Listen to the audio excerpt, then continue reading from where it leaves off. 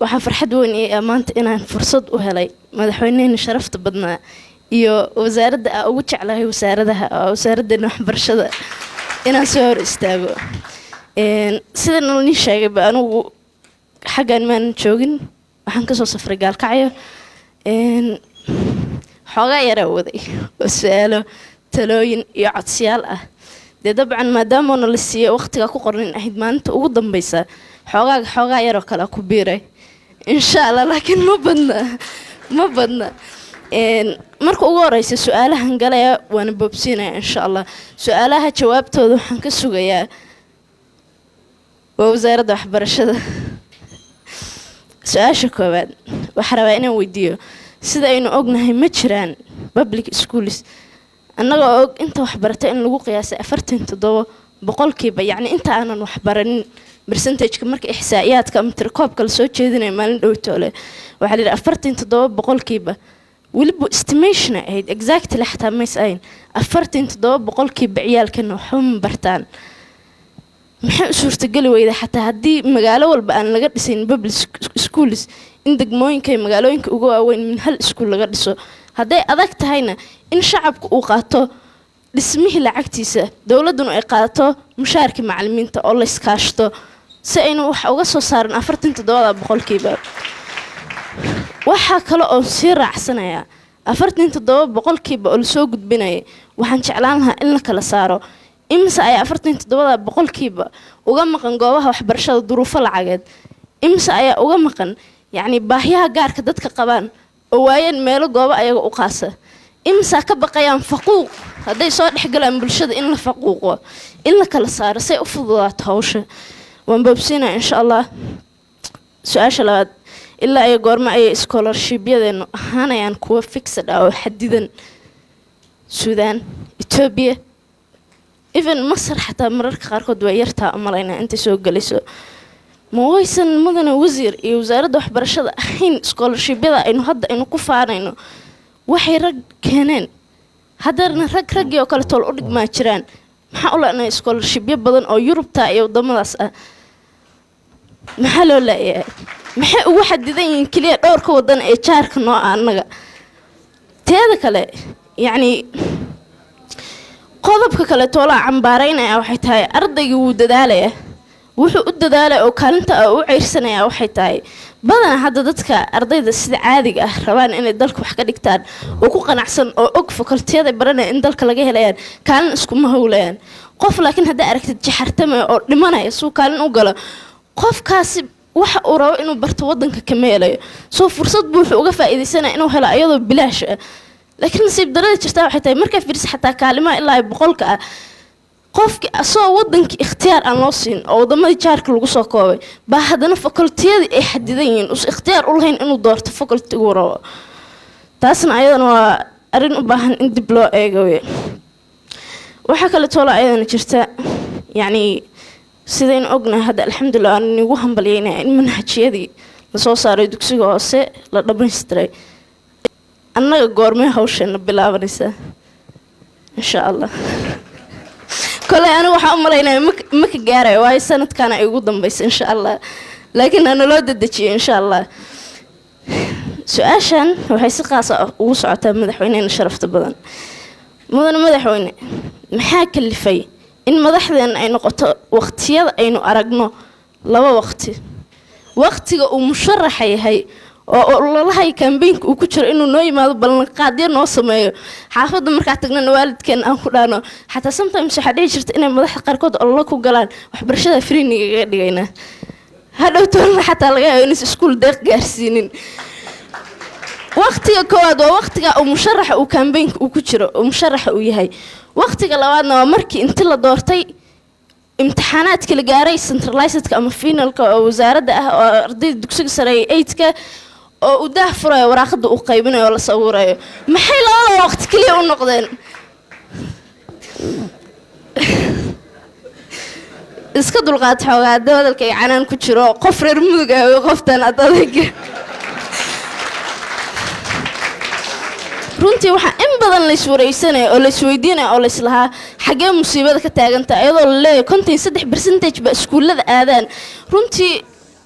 eedan yar wada annaga xaggaas fadhinay dadka masiirkooda laga tashanay dhibaatada gunta ku jiraan oo annaga fursada ku hadalna lama siineen magaabnidayda ma garanay gacanta waa taagay laakiin cidna ma siinaynin waxa rabnay yani qodobka meesha uu ka jiro dhibaatada ana hadda sheegay waxbarashadan waxay ku koobantay kaliya waa silbaaska ifan xataa wadaniyadan hadda aan naga raadinaysaan oo nagu caaysaan namaydan barin silbaaskeena meesha waxbarasho loo aado iskuulka waxbarashadiisana waxa ku salaysan tahay silbaaskan wax wadaniyad la dhaho kuma jiro xataa wasaaradda ana kuma eedaynay si qaas ah macallimiinta ula hadlaya aniga primary-ga marka iskuulka Salaamaan dhigan jiray ma jirto macallimiintaas yani wadaniyad hadda maanta min hortaagan ma hadlaya dadka qaarkood magaca isdhaa wareer mudug in adayga u dhalatay fasalka afraad oo ay bari jireen wasaarad si qaas ah ugu maysa sheegin ayaga xil iska saareen wasaaraddan duruuf adag bay maraysaa macallimiinta waxa ka codsan la ayagana inay la garab galaan in ardayda ay wadaniyada baraan ay ka sugin in wasiirka intuu shir u qabto uu dhaa ardayda wadaniyada bara ardayda waxa bartaan sida mentalkooda loo dhisi lahaa ka hor intaa dhiilaydan ha 10 kan qaad soo xifdi qodobka dhibaatada kale tol meesha ka jirtana waxay tahay waxaan wax u baranaa exams kale imtixaanka macalinka hadduu adoo xisad ku jirto ka sii jeestaro inuu soo jeedo muxuu ku dhahay sii jeesto Soomaa hadhow tan imtixaanka markuu kuugu imaaday ka jaranta bara 10 kan si fiican u diyaar imtixaanku kuugu imaanay ma jirto macallin intuu soo istaago ku dhahay 10 kan mustaqbalkaada ama saas ku anfacaya ma jirto markaas waxa is weydiinayna hadhow toole maxay difference u jiraan dadku wax soo bartay suuqooda su'aalaha intaas ku soo koobay maadaama waqtiga yar yahay waxa u galay xoogaa yar oo codsiya badnayn codsiga koowaad maadaama dumar ahay gabar ahay waxa iskala gabdhaha in waxbarashada gabdhaha si khaas ah loo taageero waynu ka duruuf adagnahay waynu ku waajibaad badannahay waana laga door bidid badan yahay waxa la wiilku waa boqolow waalidka markay noqoto xataa waalidiinta qaarkood waxaan siib daraa inay dhacdo haday duruuf lacageed ay ku timaado oo wiil iyo gabar ay haystaan inay door bidaan inuu wiilku uu aado ay gabar ay fariisiyaan waxa kale toolo jirta annaga kaliya wax ma barano mas'uuliyadda xaafadana saaran waxa laga yaabaa in maalintii oo dhan ay xaafadda ka shaqeynayno xilliga firaaqada helna ay habeenka ay noqoto ma aadi karno library ma bixi karno ma isku imaan karno waxba ma baran karno waa nasiib darro marka si gaar ah in gabdhaha loo taageero kuwooda kaalimaha galaan si aan loo abaalmarin ardayga kaalinta koowaad ee wiilasha yani ardayga hadda ka maadlay laakiin si guud aan wiilasha sida aan loo abaalmarin in loo abaalmariyo inay dhiirigelin loo noqotaa rabnaa codsiga labaad waxa weeye in la qabto madallo aqoon kororsi iyo aqoon isweydaarsi oo ardayda ah oo heer goboleed ah in la joogteeyo seminaarada ay tababarka tayeenta macallimiinta ah waayo waxaa nasiib daraa macallimiin badan oo jiraan ilaa 10 sano shaqeynayaan macallinkani wuxuu rabaa suu 10 kan uu kugu dhigo waa sida uu ugu dhigo walaalkaayo 10 sano ka hor laga yaabo hadda inuu intuu laba jaamacadood dhamay ciyaalkiisa adiga korinaysid waa nasiib daro وحفظيسان يا 10 سنة كور وحفظي سيدي يرى إنه كوشيغو سيمنار هدو هلا وإسبدل منتاليتي جاس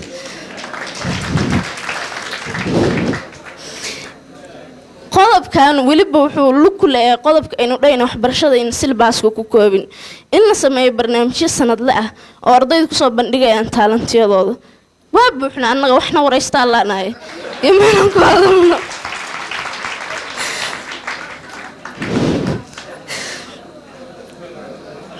jaamacada cod gaaran soo jeedinay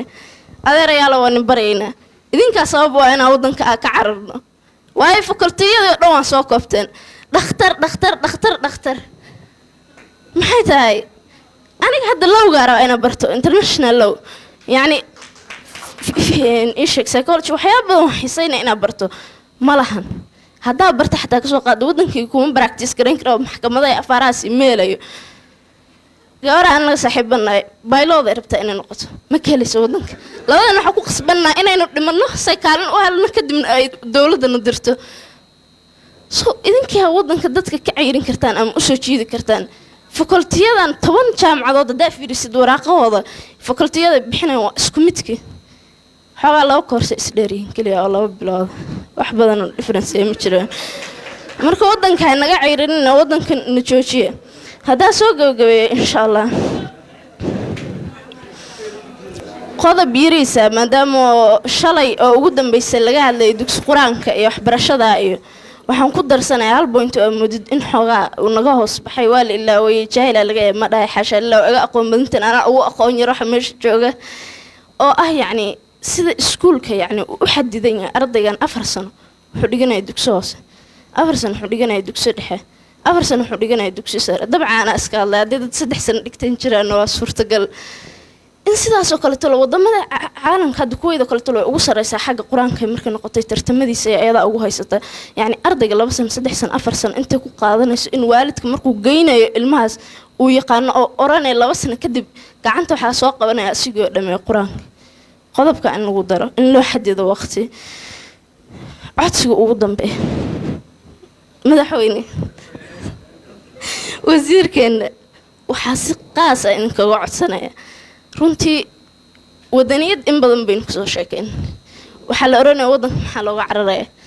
maxay dadka yani xataa dawladda ay u cambaaraynayaan ayagoon fahansanayn maxay dadkii oo dhan u jahawareersan yihiin siyaasadda ay ugu jiraan waxaasoo dhan xalkeeda manii sheega in maadada GPga government and politics laga dhigo common subject waay dadku ugu baahi badan dawladnimo iyo siyaasad inay bartaan waa dadkan 30 sano dalkooda u qaribnaa saqiirka yarkaashan hadda ana gawareero shan jira eedo ay noo joogtay madaxweynadana waa taqaan 6 sano markay gaartana waxa laga yaabaa inay siyaasadda faraha la gasho marka waxa la yaab ah yani xataa mararka qaarkood marka general la sameeyo iskuulada qaarkood laga dhigayo inay GB intay ka saaraan ICT ku bedelaan computer qof walba baranay asoon la isdirin asaa isdirayo baranay laakiin dawladnimo iyo siyaasad waa mid u baahanay wasaaraddu waxa ka codsanay maadada ama ardayga saynis aado ama arts aado in la baro dawladnimo siyaasadda 8 chapter oo 3 aan ku soo qaatay say ay caawisay wallahi ma malin kartin xadkayga xataa waa gartay